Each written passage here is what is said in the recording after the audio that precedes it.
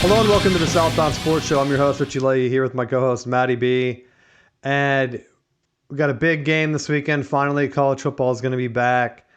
The Seminoles are back to their motherland in Ireland, you know, where they're from, celebrating their culture.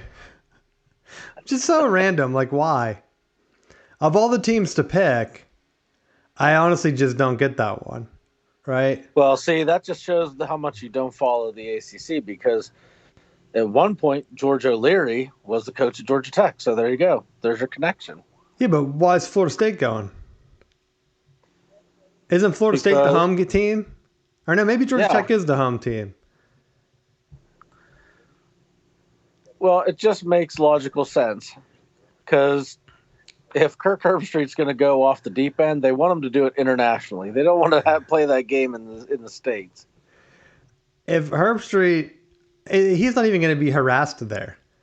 It'll be like, remember Pete Thamel? He was like calling out Michigan, and then when he tried to do the report in the stadium, he was afraid to do it. And he was like, it's not safe for me in there.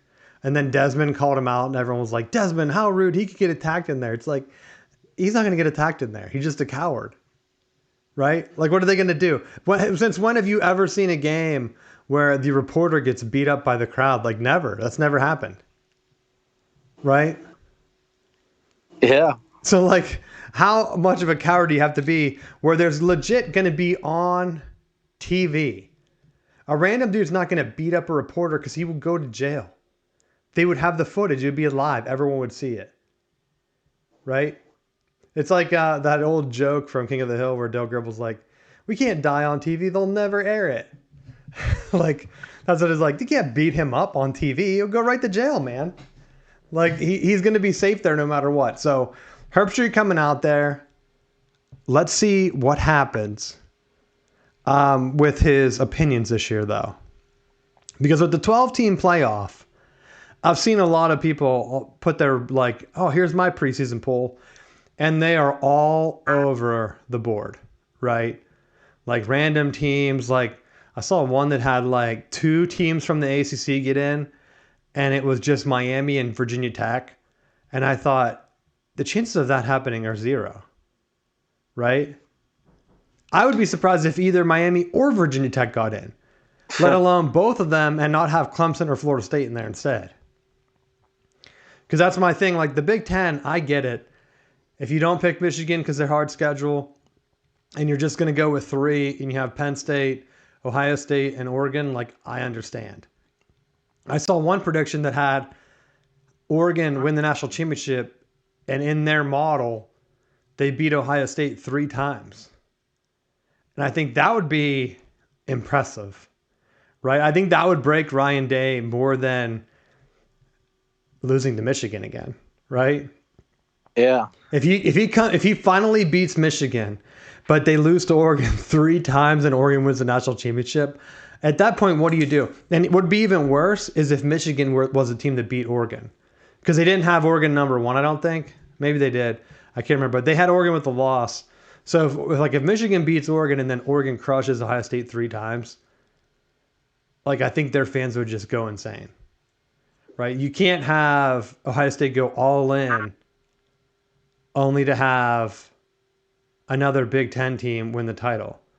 But if a team like Oregon gets it done, then that's going to continue the shift to just saying like, hey, money matters, and the Big Ten is going to start getting those higher recruits. Because like, remember when the SEC started to win those championships, and then they got the recruiting bump because ESPN kept marketing as like the best athletes go to the SEC to win championships. If the Big Ten starts winning the championships, there's no reason to go to the SEC anymore. You're not winning the championships. You're not getting the most money. Why are you there? Right? That's why I've been predicting, like, if another conference is going to have a downfall, the SEC would have to strike hot while they're hot and try to get Michigan or Ohio State to leave now.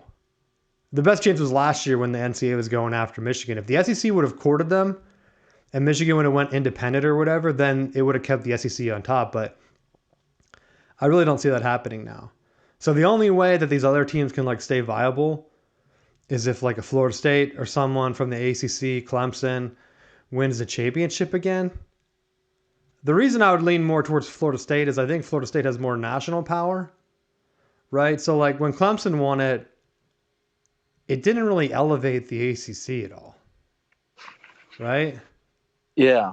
It was kind of like, all right, awesome.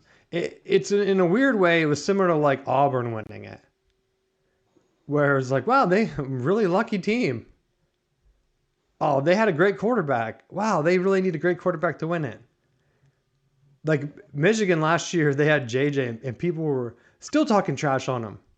He got hurt. He's going to be out the entire year. I can't remember if we talked about that or not.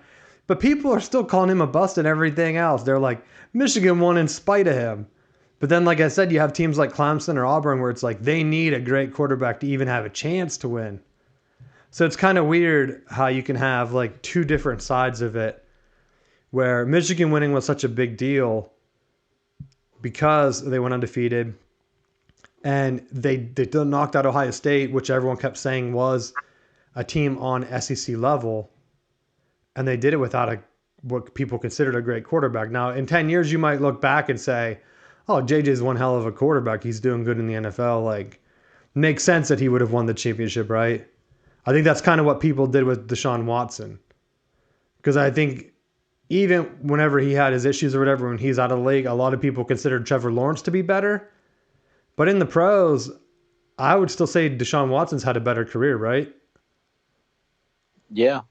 I mean, I don't think you can really argue that. It would throw out his off the field issues or whatever. But I really think that he just has turned out more. Like Trevor Lawrence, there's something off with him where he's not winning. I don't know if it's really the Jaguars' fault. I mean, maybe it's a culture thing. I often wonder, like, Aiden Hutchinson turned Michigan around with his work ethic and his like locker room antics. He goes to the Lions, he turns them around, a team that hasn't won a playoff game in like forever. And now they were like in the top 3 or 4 teams in the ESPN power rankings, which I can never remember the Lions being that high. Meanwhile, the Jaguars could have drafted Hutchinson. They didn't. And it's like they're on a totally different trajectory now. And I wonder, just getting a locker room guy like that at the top, would that have worked for Lawrence? And having like just a hardworking guy come in and kind of help rebuild that locker room, then maybe we're talking about how Trevor Lawrence is the next big thing. But I wouldn't be surprised. Like when they're throwing money at him, and heck, even Tua, and a lot of other teams are having like these quarterback battles. Honestly, like I don't think I would bid for fantasy coming up. I wouldn't feel comfortable bidding on Trevor Lawrence or Tua, just because they're in a situation where they're getting a lot of money. You could throw Jordan Love in there too, depending on. I think Love playing in the NFC makes him a little bit more attractive. Also, because I think he would be cheaper, right? Don't you? I mean, I don't know. I haven't looked at the projections too much yet. Our draft is coming up this weekend. But honestly, just because the Packers have such a young receiving core, they keep saying about how there's no number one receiver on the roster. So even for him, I feel like just situation-wise, he might put up solid numbers, but you could probably get him for cheap. Yeah, I always just feel like I've had different philosophies going into the draft.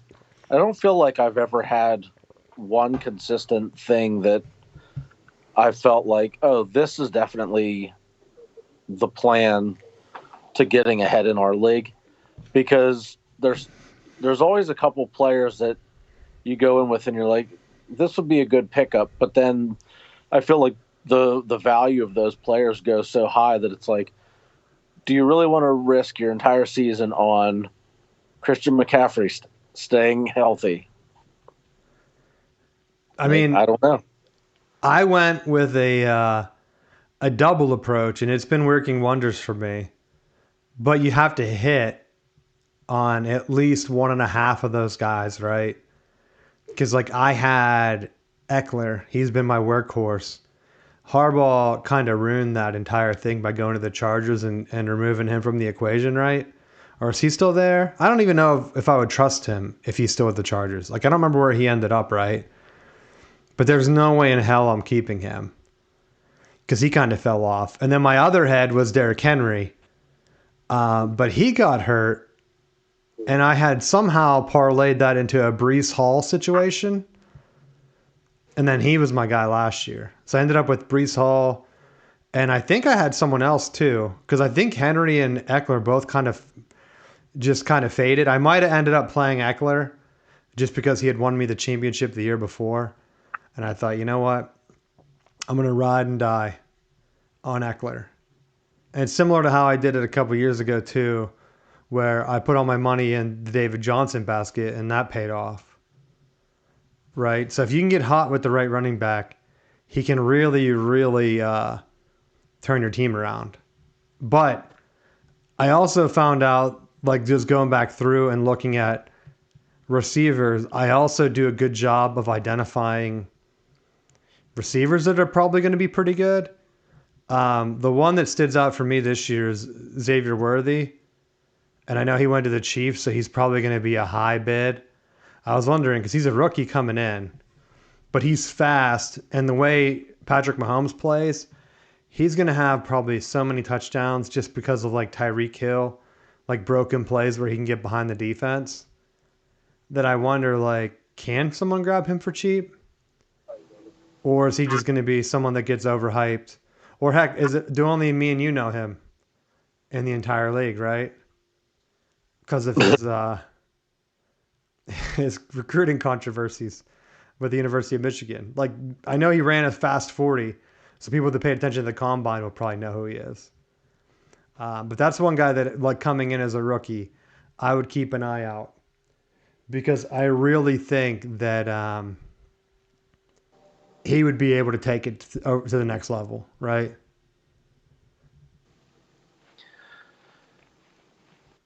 Yeah, it's definitely plausible. I'm trying to think. Like, Devontae Adams is one that I hit on, that he got bit up a little bit, but people were kind of unsure on him, especially going to the Eagles. And with them having, didn't they have Brown that year? Where everyone was like, oh, we're going to take Brown. And then getting Devontae Adams as a number 2 that, like, kind of outperformed him, or at least performed on that same level at a much cheaper bid, definitely helped out. Whenever you have a guy that you're like, he can get a touchdown every week if he wants to. That's the kind of guys you want to look for. Guys that might be kind of undervalued. And maybe that's where Xavier Worthy will kind of come in. I was excited for maybe Roman Wilson, because I've been watching a lot of Michigan highlights to get ready for the year. You know how everyone like starts throwing out their montages now. And he's sneaky fast, so much that he was running like a 4.3, I think. And there were a couple plays at Michigan where he kind of just like lollygagged it and then turned on the burners. And it made me think, like, he could probably end up being a pretty big steal for the Steelers if he can stay on the field.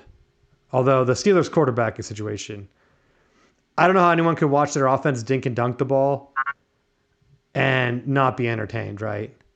Because for years, I've been hearing about how Ohio State's offense is awesome. And that's what Ryan Day's been running, that same dink and dunk offense, right? So aren't the Steelers running a next level offense, Matt? No, I don't think they are. Because that's what I'm used to watching. Like, they just don't have a Marvin Harrison just taking the ball and outrunning a bunch of 3-stars, right? That's what the Steelers are missing. They need to play a bunch of slower guys on defense with that offense, and it will work out perfect like Ohio State does, right? Till they play someone evenly matched. But in the NFL, you're evenly matched every week, like Urban Meyer found out. So you don't have that speed advantage, right? So that offense isn't going to get it done. And honestly, I think it's like everyone knows what the quarterbacks are for the Steelers. That's what I don't understand. There's a reason. Someone was telling me, like, oh, you don't know what you got. No, you do. There's a reason they were both dirt cheap options. You know, Russell Wilson can't throw the ball downfield, and he's most likely going to get hurt, and he's old, right? Then you have Justin Fields. He'll throw the ball downfield, but he's slow reading the defense, right? That's what every scouting report is like. They should see he's going to make a ton of bad mistakes. And so that's where the Steelers they gotta decide. Do you want the safer option and hope that your guys can make some plays like the Seahawks had like Metcalf break them every once in a while? And then once teams started to shut that down late in the year, that was kind of it for them. Or do you go with Fields that has really never had a successful run with the Bears? They've always been like, what, 3 or 4 wins with him? I don't think he's ever approached double-digit wins. I could be wrong, right?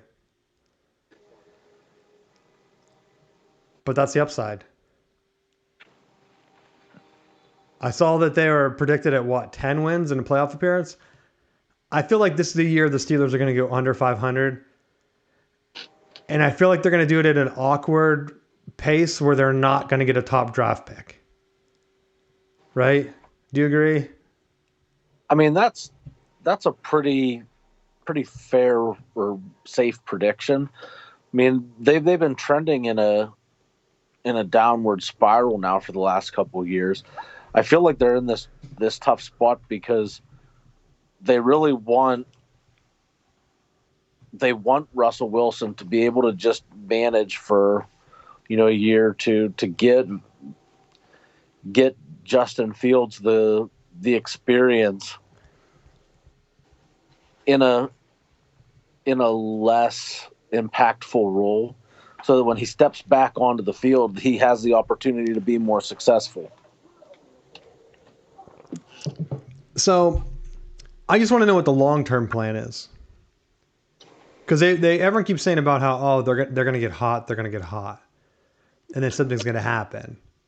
But are they going to be content with going, if they get 7 to 10 wins, say, they make the playoffs, is that enough to build excitement for next year?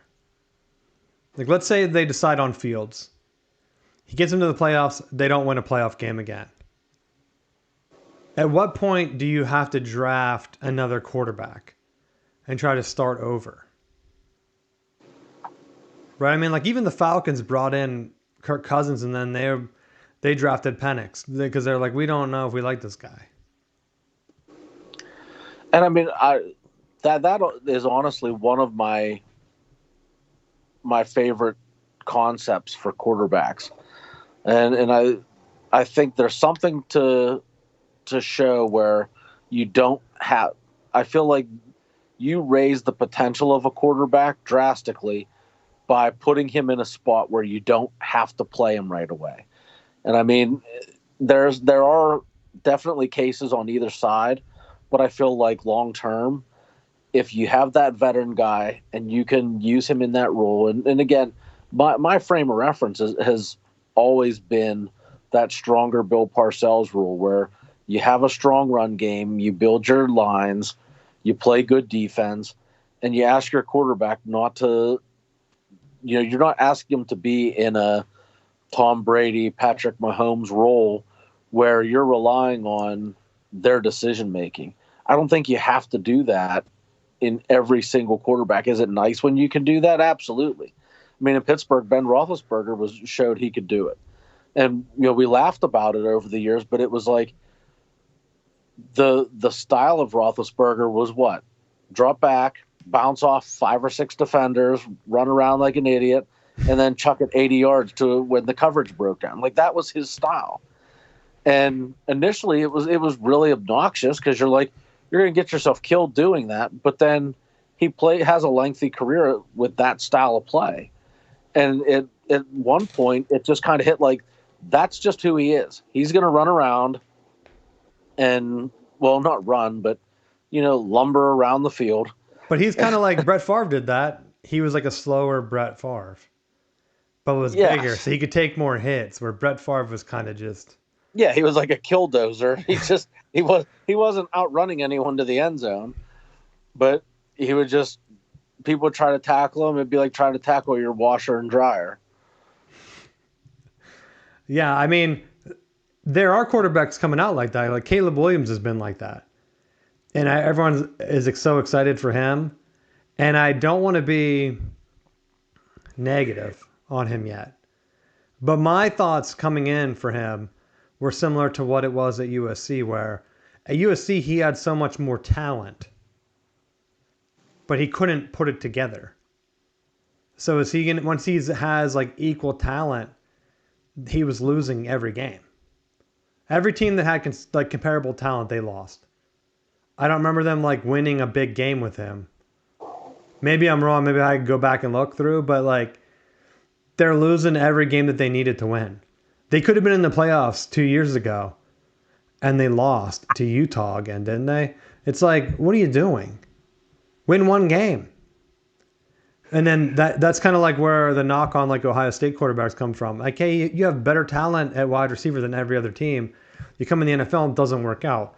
Maybe Stroud will be the one that works out. Eventually it has to work out, right? If you're putting so many guys in the league. Not all of them can be busts, I don't think. Although they've really pushed the boundary with that. Now, with USC coming in with that Lincoln Riley offense, I mean, there's rumors of like he could be even pushed out of USC if he doesn't start winning again.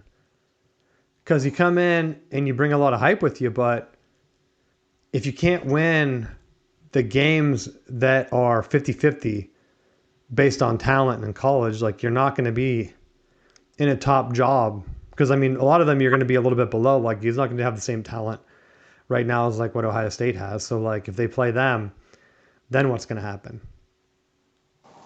A boot to the face, like, not a good look. He had the same issue at Oklahoma when he was there. Make it to playoffs, get stomped. So, we'll see. I'm not sold. Like, Baker turned out to be okay. He was from his system, right? Yeah.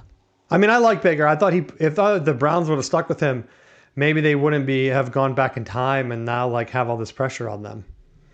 But he also learned from Tom Brady, and maybe that helped pay off for him. But did the Raiders pick their QB? Last I saw, they were going to sleep on it. Gardner Minshew, baby. Did they go with Minshew Magic? That's what I was hoping they would go with. Nothing against O'Connell. I thought he was good. But I don't know. There's something about Minshew. Hopefully he can kind of continue on the path that he's been, where he's been good, but then he kind of fades like Russell Wilson. I just want to see a complete season from him. And he's never really had a weapon like Devontae Adams. So let's go for it. See what he can get done there. Any other quarterbacks positions that you saw where teams decided yet? I saw the Commanders decided on the rookie Jaden Daniels. That's another one. He's like Caleb Williams, where I'm not sure on him. Right? Brian Kelly's offense isn't known for putting up tons of points, though. And he put a lot of stats up in that offense. Yeah. So I'm kind of not sure how to read him. But he was another one where it's like, weren't they like a missed field goal or something away from beating Florida State that one year? And it's like, why aren't you winning any of these close games, right? Yeah. Like, they could have been in the playoffs if you win some close games. And I know that's not always a quarterback's fault, because, like, Aaron Rodgers didn't win any, like, big games at Cal, right? I don't even remember who he was when he was coming out. So that's not always a predictor. But I think now the way college has shifted is a lot of the top quarterbacks are going to the most talent-rich teams, and you want a guy that can win. And you brought up guys resting, and I brought up about JJ being out. Do you think the quarterback they're learning under matters? Because JJ's behind Sam Darnold now. So he's out all year. He's going to be learning from Sam Darnold. Is it going to be as beneficial if he was like behind a Hall of Fame guy instead? I mean, I'm sure having a Hall of Fame guy in front of you helps, but I think it matters more what that dynamic in the locker room is going to be like. I mean, like if you have a veteran quarterback that's just going to be a dick and like purposefully go out of his way to try to sabotage you. Why are you calling out Ben Roethlisberger like that?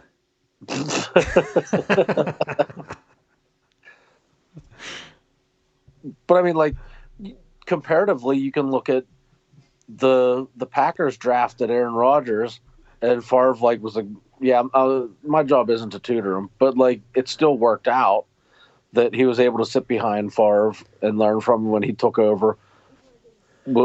had that progression, and then following suit, they drafted Jordan Love, and Rodgers was like, "Yeah, it's not my job to mentor him." Like following exactly what Favre did to him, and now it looks like Love's turning a corner and being pretty productive now as a starter. And that's where, so the meniscus injury, for people that don't know, it's not like an actual ACL or anything. It's more of the padding in your knee. So you could come back from that in like 2 to 6 weeks, like normally. But the way they wrote it up is that he opted, like the team and him opted to have the longer rest. So if you come back early, you might re-injure it. They could put pins in or whatever to kind of build it up until it heals back up or whatever. But by doing the optional, because he had a choice, I think, and he took the longer recovery. So it made it seem like they wanted him just to kind of rest and learn and not have the pressure. And like he could probably come back. It doesn't take like a year for him to come back, you know? So you could get like a little bit of a twist where he's like starts playing in week 17 or something if they wanted to get him experience. I feel like they made that announcement that he's out for the year as a way to get the fans to quit calling for him. And then that way there's no pressure to rush him back. But like we have to be joking if we think that he has to heal an entire year from that injury. Right? Because he was playing through it. It's just a pain. Like that's the kind of surgery that I had where I was back in football camp. I just wore like a stabilizer brace or whatever, but it's kind of the padding. And so now like my knee I still feel it in like the pressure or whatever, but resting or whatever kind of heals it back up. So I don't know if it's like going to be something where he might end up actually being able to play later this year if the Vikings want him to do that. And like I wouldn't be surprised because like when did Ben come in? Didn't he come in like late in the first year and go on just a tear of winning a bunch of games? Or was he in like the middle of the year? I can't remember when he came in though. So like honestly, if the Vikings are that bad and that hard up, JJ would be healed up by October. Like there's nothing else like to do to build the knee up. It's just padding in your knee. Yeah. So unless there was some other tear or something that they found, but they said it was just a meniscus and he'll be 100% healed, and there's not any loss of like whatever productivity. But yeah, let him rest. Let him rest. Tom Brady didn't play his first year or two, right? He only got in because of an injury. Yeah, and I mean, to me, that seems to be like not necessarily following the injury, but just having that veteran guy where like you're not expected to go in from day one and be the guy. I think that's such a huge advantage because then you can watch and see, like you're getting all the play calls, you're sitting in the meetings, you're learning. Like I think that learning curve is a little bit different now that NFL is there and players have access to way more money than they ever did before. But just getting into that routine of being a pro athlete, I think is a major difference from having to juggle that college. I have to go to class. I have to somewhat maintain a grade, and unless I'm taking phantom courses at UNC. Yeah, see, that's where now he can put all his time in. And he seems like a good kid that's going to be putting his head down and just working. Because some of the guys, I think it was Tua, he called out, was it Flores, his old coach, that he was like, when you have a guy telling you every day that like you suck and you don't belong, like you don't want to work hard. And so now with the new coach, like encouraging him, he gives him credit on why he's actually been better quarterback now. And I'm like, I guess it depends on the guy. Like, that does make sense. Some guys getting told they're garbage, like, that would force some guys to work better. But as a coach, you have to kind of know, right, what motivates a guy. And then if they're crazy, you got to just keep them on the sidelines and make sure they're not doing media type stuff. What cracks me up because Tua's like, yeah, Flores was really mean to me. And it's like McDaniels only has like one more win or one less win than what Flores had the same amount of time. Is that what it is? Did they have the same amount of games? Yeah. Like through their first 20 games, one of them has 20 wins, the other has 19. I forget which way it goes, but like They're right there. See, different guys get motivated by different things. It's a whole locker room. It's not just a quarterback you have to motivate. Because like some guys, like now, Mahomes did that behind the back pass and people were making a big deal about it. It's like he didn't have to do that. Right?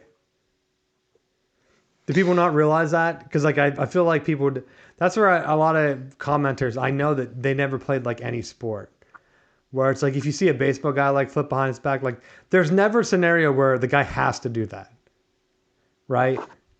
Yeah. Even if you're turned around, you could like do like a forward pitch. There's no situation where you need to do a behind the back pass. That's all for kind of just like showboating. And they're like, their mind's blown. But it's like Mahomes doesn't have to try to impress us anymore. But maybe that's what's driving him because he thinks he does. Right? He thinks, man, what can I do this week? I got to do a behind the back pass. He had to think that at some point. Because it wasn't like he was running. If he didn't practice that behind the back pass, he would never do it in the game. 100% he would never do it. Could you imagine if he held on to it too long and it went right to the defender? Like the D lineman because he threw it like 3 inches in front of him? Like, oopsie. Like he would be, like everyone would just make fun of him so hard. So you know he's been practicing that. But good for him. That's what I need, quarterbacks that are so into it that they're like, there might be a time where I could throw the ball behind my back. Get it right to the guy. Cha-ching. But I think that's my NFL stuff. Really focused on, we have like what, a stretched out final weekend now where it's like they don't have any games after this weekend. But preseason kind of lasts until after Labor Day. So I want to see a couple more teams just give some other guys a shot. I guess some guys from college come in and I feel like they're going to do good. And then I see like, hey, they're barely playing in preseason. I wonder like, why are they not even getting a chance? And then they never happen. And that's kind of where maybe the XFL fills in now. But, and I don't have anyone on top of my head right now, but, after preseason, there'll be some guys where I'm always like, hey, I wonder what happened to that guy. Why didn't he play?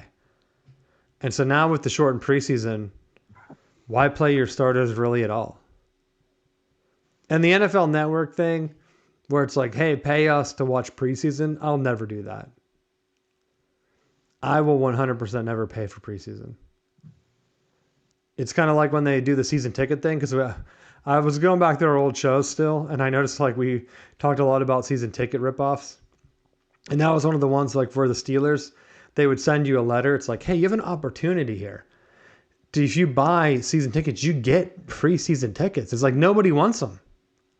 What do you mean you get them as a bonus? Like you guys can't give them away. That's where it's like I hear about like college games like, oh yeah, go to like Michigan's whatever game and they're playing a nobody. It's like, but their schedule's really good this year.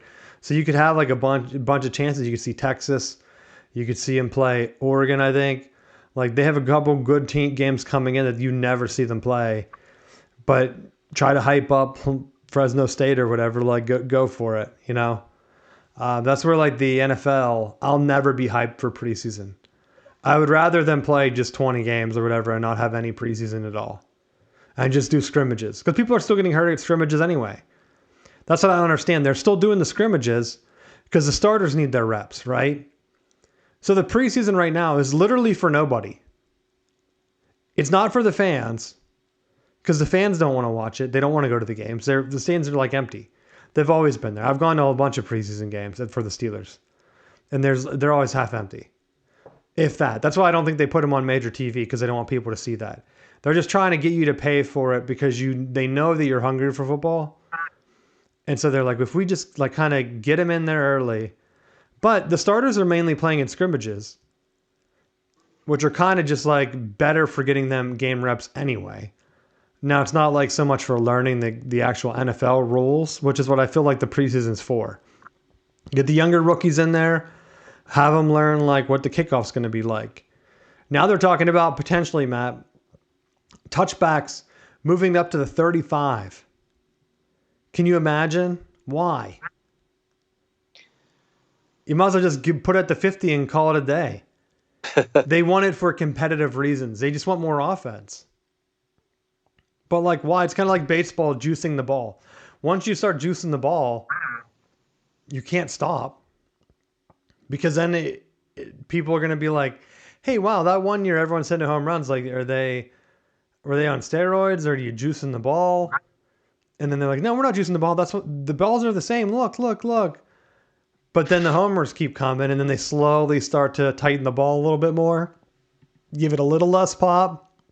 Because I mean, like, all they're doing is changing the rubber composite or whatever, making the ball a little bit lighter so it flies a little bit further. And then they change the game. You move the kickoffs to where you're starting at the 35 instead of the 20. That's 15 yards you don't have to go. Guys can already kick it from like the 50 now. That's what, a 60-yard field goal? Yep. You can make 15 yards, 1 first down, and your team's in field goal range. Is that what we want? More long field goals? Because think about it. If you punt and it's a touchback, unless the punt's going to be different, it comes out to the 35. You're better off just trying the long field goal, right? Yeah. That makes sense. I mean, if you're close enough where you're like inside the 50, it's only going to be, another 10, 15 yards? Like, not that much of a difference, and you get a chance at points instead of punting. But maybe that's what they want, more field goals to death. And they'll say, like, man, we changed these rules to get more offense, but now the scores are like 15-9. Getting a lot of field goals in there. I don't like it. If they could have like a 10-9 game, touchdown and a field goal versus 3 field goals. Man, that's what we're going to be getting. I can already feel it. But anything else you want to talk about for the NFL? No, I don't think I have anything else NFL related. Let's circle back around to college. I know talked about Florida State going to Ireland at the top of the show. Do you think Georgia Tech will give them a game? I would like to think that they're just going to blow them out of the water, but I think there's some question marks with it that has me a little hesitant. I mean, it's clearly a trap game because you're not playing at your home venue. You're not playing. I mean, even the relatively short drive, you're playing across the Atlantic. So, I mean, having the international travel is definitely a component that could affect players. I get the impression that they've had some different travel scenarios and trying to prepare for how they want to handle the time changes and different stuff like that for the players. So I would like to think that, for as detail oriented as Norvell seems to be, that they're going to be prepared for that, but you just never know. And then with a place like Ireland that's pretty known for its rainfall, if you get a real sloppy game and the inexperience that they have at wide receiver, there's a chance that you could be dealing with a potentially tighter game than what you would like for week 0. Because you do know, having that game early, if Florida State loses, man, that's all we're going to talk about next week. I know. You'll be bringing in like stats from like 5 different preseason games. You're like, look, we got to talk about this real quick. Deflecting. And then if they win by 70, you'll just be like, oh, we have all this other NFL news we need to get to. I'll read all my picks and how much I bid for them for fantasy. Like a filibuster. I'll just start talking about random things. Like, did you know I bid whatever for so-and-so? I still don't even think I'm going to get a keeper, though, as I'm thinking about my fantasy team, because I don't know who to keep for money. So all I'm going to be doing is focus on college this weekend. I'm not going to be focused on my draft. I've had much success. I have to come back to earth, right? I can't keep getting lucky. I should have lost last year. But things happen. That's how Florida State, like, they could have lost a bunch of games last year, but they didn't. So now will they come back down to earth? Or, like, Clemson could have beat them. Didn't Clemson miss a field goal or something? But yeah. I don't think Clemson's that impressive either. I have a lot of Clemson fans down here now that are Well, and really high that was on the at team. Clemson too. Yeah, and that's my thing. A lot of people are really high on Clemson this year, and I haven't seen like the improvement. And it's not like they have a veteran team that had like, oh, we just missed a field goal. Like it's a team that was having great success. Like they struggled in a bunch of games. That's where the difference was like, because a lot of people were making the comparison that I made from like Michigan last year, where Michigan was dominating in the regular season, so much so that like when they lost, it was a shock to TCU. And so when all the guys decided to come back, it was like, hey, what the hell? We have a great chance of winning the national championship. Like the team that's doing that this year is Ohio State by far. They're doing the same thing. They lost to Michigan. They had a chance to win it late. He threw the interception. Forget about the bowl games or whatever. That was basically their last game. Now they have a bunch of guys come back, but they have a new quarterback. That's the key. A lot of the top teams right now don't have a quarterback coming back. So Florida State, they don't have a quarterback coming back, but they're one of these teams that have a transfer coming in that has experience. So is that going to be enough to put them ahead of a Clemson that, are they sticking with Cade? I don't even know who quarterback they're going to be rolling with this year. I don't think they brought anybody in, right? Because Miami's big thing is they're going with Cam Ward, right? Yeah. So they're like, we got the guy in. But I had someone, a Clemson fan, tell me all these Miami stats, and I was kind of shocked because I was like, why do you know all these Clemson or Miami facts, bro? Like, is Miami a threat to Clemson this bad that you know all these Cristobal stats? It'd be like me just randomly starting to just, you know what, Matt? I got to just start ripping off all these Wisconsin facts for you. I mean, it is plausible, and I know nothing about Miami because I can't stand them. But the thing with the rivalry that drives me crazy is that there's so much talent in that South Florida area that if they ever find a competent coach down there, they can turn it around really quick. They have boosters that want to throw piles of money around. Like they've been close to being death sentenced like at least 3 different times. And it's like every time they slowly die away and you're like, oh, finally, we don't have to deal with them anymore. Like there's another round of like recruits that come through that build the program right back up. So, I mean, it's not like I feel like Miami has a better chance of coming back than Nebraska.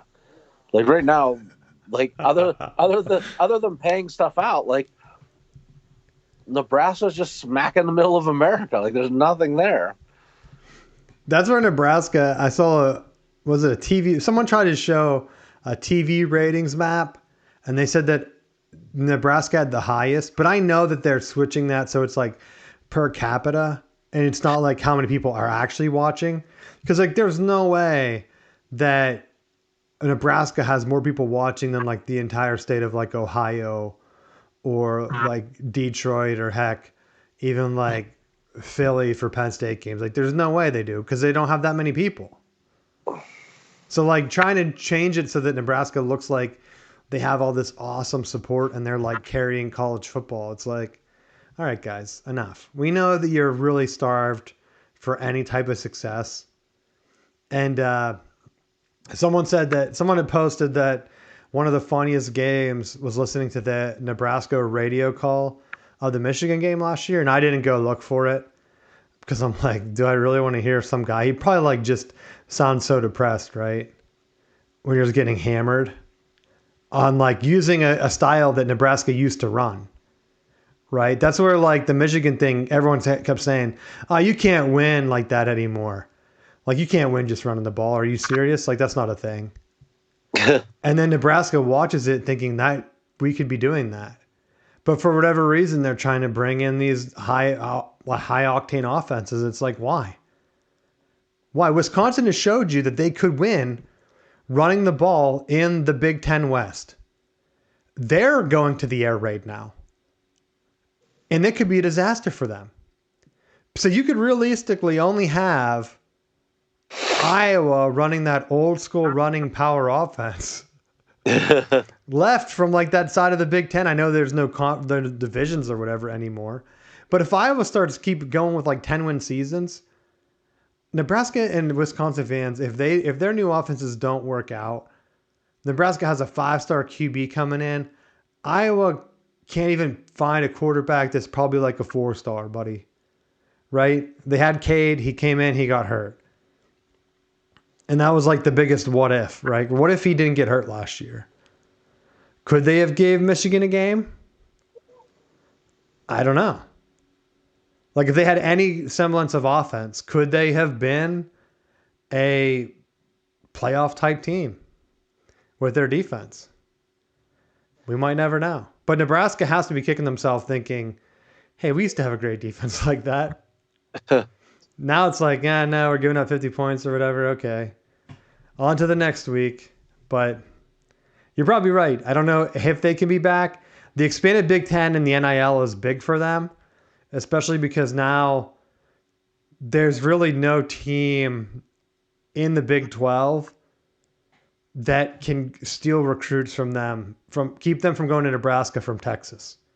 Now that Texas and Texas A&M are both in the SEC, if you're a recruit that's not getting picked by Texas or Texas A&M, Texas has so many recruits, you got to remember. Michigan and Ohio State can pick guys from there.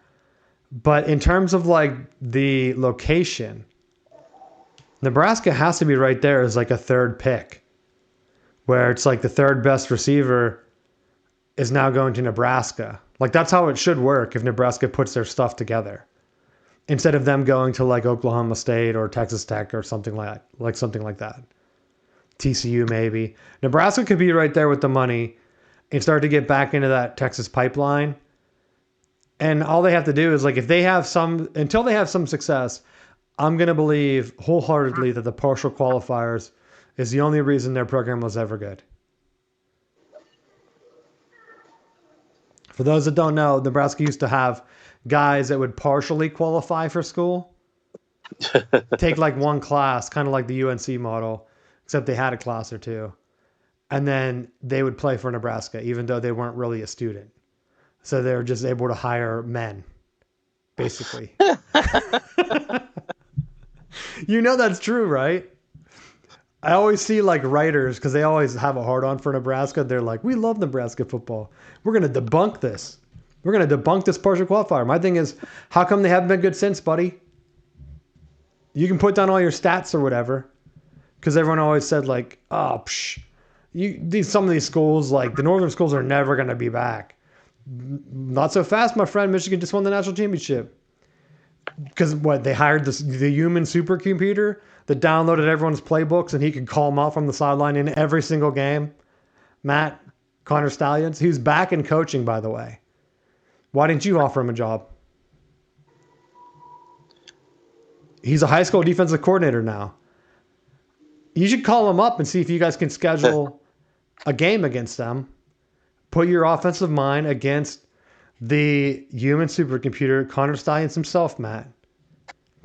He'll have your playbook downloaded. He'll call the plays for you. Right? That's how good the guy was, right? That's what everyone told me.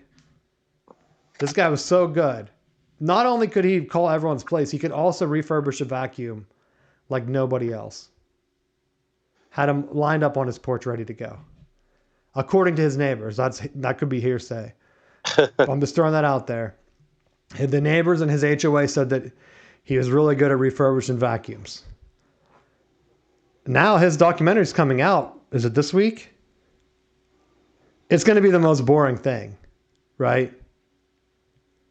They're going to try to do it. It's going to be like one of those crime documentaries where every 5 minutes they just repeat the same information.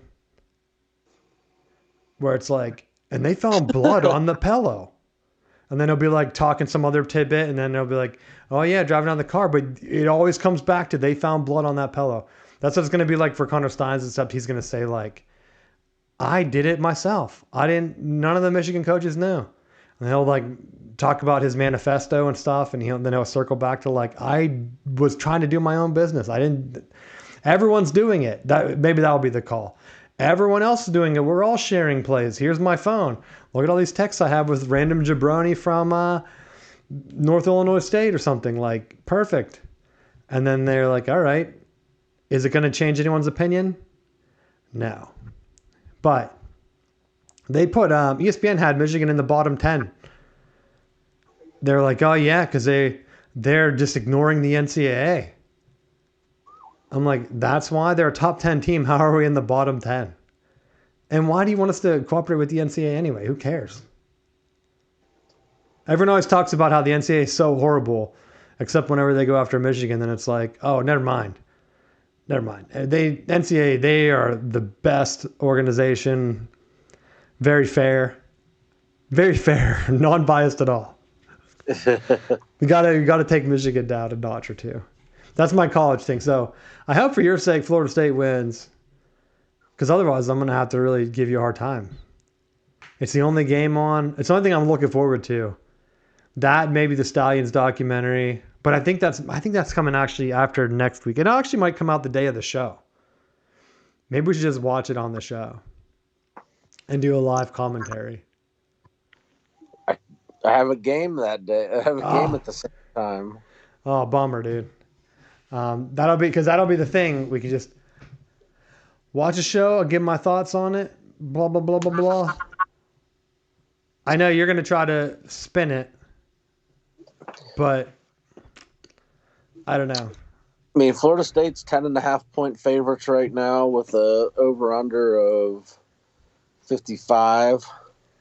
Well, Seminoles, they're used to that green land over there, so it might just help them calm down, really feel right at home, their native land, and really put something together in the rain. If it rains, like Notre Dame goes over there, like if Florida State was playing Notre Dame over there, that would be like a big deal. But I feel like they would never schedule that big of a game. They're like, whoa, Ireland, you're not getting that good of a game. We'll give you Notre Dame versus Navy or something. If we're not giving you want Florida State, we'll give you Georgia Tech. And they'll be like, all right, well, okay. Because, like, could you imagine if there was, like, a Michigan-Notre Dame game over there and they put it, like, some outside venue? Because they were doing that with baseball. I think they were putting, like, the Braves and Reds at, like, some... I don't even know if it was on, if it happened already, but they're putting, like, them at some racetrack or something to try to get an attendance record. It's like, who cares? Right? Who cares? Braves are so injured right now, I don't even want to talk about them. It's like they got all the good karma from 2021 and it's gone. I wasted all my good luck. It's all downhill. That's what has me worried. Braves are going down. All it takes is a couple of injuries to Michigan and we're down. 6 wins. Sharon Moore just retires in the middle of the year. But a lot of people don't know he played at Oklahoma. So by proxy, he's kind of from the SEC, right? So he kind of played in the SEC if we're talking about it. Maybe that'll help his recruiting going forward. But that's kind of all I have today. You have anything else you want to talk about? No, go Noles. Let's get that first win. At least it's a decent game. Because that could have been very easily Georgia Tech versus Coastal... No, I don't want to say Coastal Carolina. They're actually pretty good. Charlotte or something, you know? Or it's like, oh, am I tuning into that? No, it's on the big noon, so it gets me ready for Big Ten football season. All the games are at noon, except when they're not. Then they could be at 3:30 or 7:30. With the new TV schedule, you just don't know. But watch a game. It's on Saturday. If there's anything you want us to talk about next week, I'll probably give a little bit more of my fantasy stuff. Couldn't give away too much this week because I know people will be listening. And then I have to bid against them. And they're bid up because I wanted to try to do, maybe I could have a full Michigan team. Then JJ got hurt and Tom Brady might come back, but I don't know if I could pull it off. I don't think Chad Henne will be getting too many snaps this year. I'm kind of running low on Big Ten or Michigan quarterbacks. So I'm going to have to wait a year or two. But if you have any other ideas for me to try to do, let me know. Thanks for listening and we will see you next week.